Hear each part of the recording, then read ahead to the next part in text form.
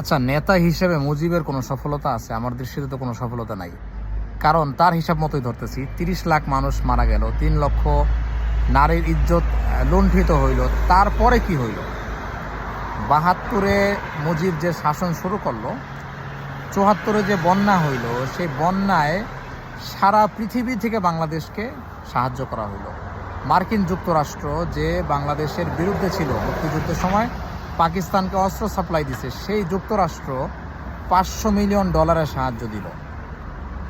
10 লক্ষ টন খাবার বাংলাদেশে জাতিসংঘের কাছ থেকে সাহায্য আসছে। সেই খাবার কি হইল? মুজিবের আমলে মুজিবের সাঙ্গপাঙ্গরা আপনার ভারতে পাচার করে দিল। এবং রেড ক্রস, যেটা একটা আন্তর্জাতিক সংস্থা, সেইখানে মুজিব একজনকে নিয়োগ দিল, গোলাম মোস্তফা, যে হচ্ছে যে আগে ডাকাতের সর্দার ছিল, যে আগে বস্তির সম্রাট ছিল, বস্তির একজন দলনেতা ছিল। এরকম একজন লুটেরাকে রেড ক্রসের যখন সে হচ্ছে যে প্রধান নিয়োগ দিল, তখন যেটা হইল, বাংলাদেশের মানুষ ওয়াশিংটন পোস্টে, বিদেশি, বাংলাদেশের তো সংবাদপত্রের স্বাধীনতা নেই, বিদেশি সংবাদ মাধ্যমগুলো থেকে বাংলাদেশের মানুষের দুর্দশা দেখা দিল, যে ঢাকা শহরে প্রতি মাসে 500 থেকে 1000 মানুষ অনাহারে মারা গেল।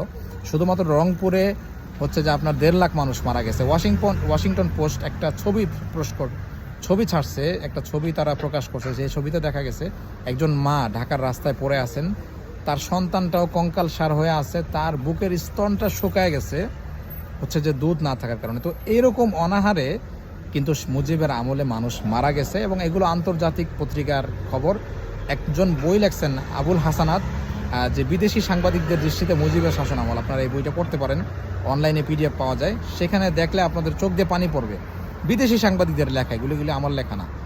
সো মুজিবের আমলে দুর্নীতির কারণে এই যে মুক্তিযুদ্ধের যে হচ্ছে যে এত রক্তক্ষয়ের মাধ্যমে যে যুদ্ধটা অর্জিত হইল, সে একটা দুর্নীতিমুক্ত সরকার চালাইতে পারে না মুজিব, যার কারণে তার দুর্নীতির কারণে আল্লাহর অভিশাপে তার দুনিয়া থেকে চলে যেতে হয়েছে।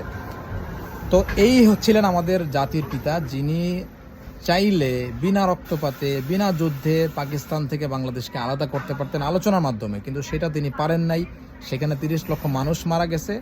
তারপরে তার শাসন আমলে তার সরকারের বিরুদ্ধে গেলে গুম খুন তো আছেই, একই সাথে হচ্ছে যে মানুষের যে অভাব, অনটন, দারিদ্রতা, এইগুলির কারণে এইগুলি আসলে তিনি আমাদেরকে দিতে পারছেন। আমার কাছে ভালো কিছু আমি দেখি না।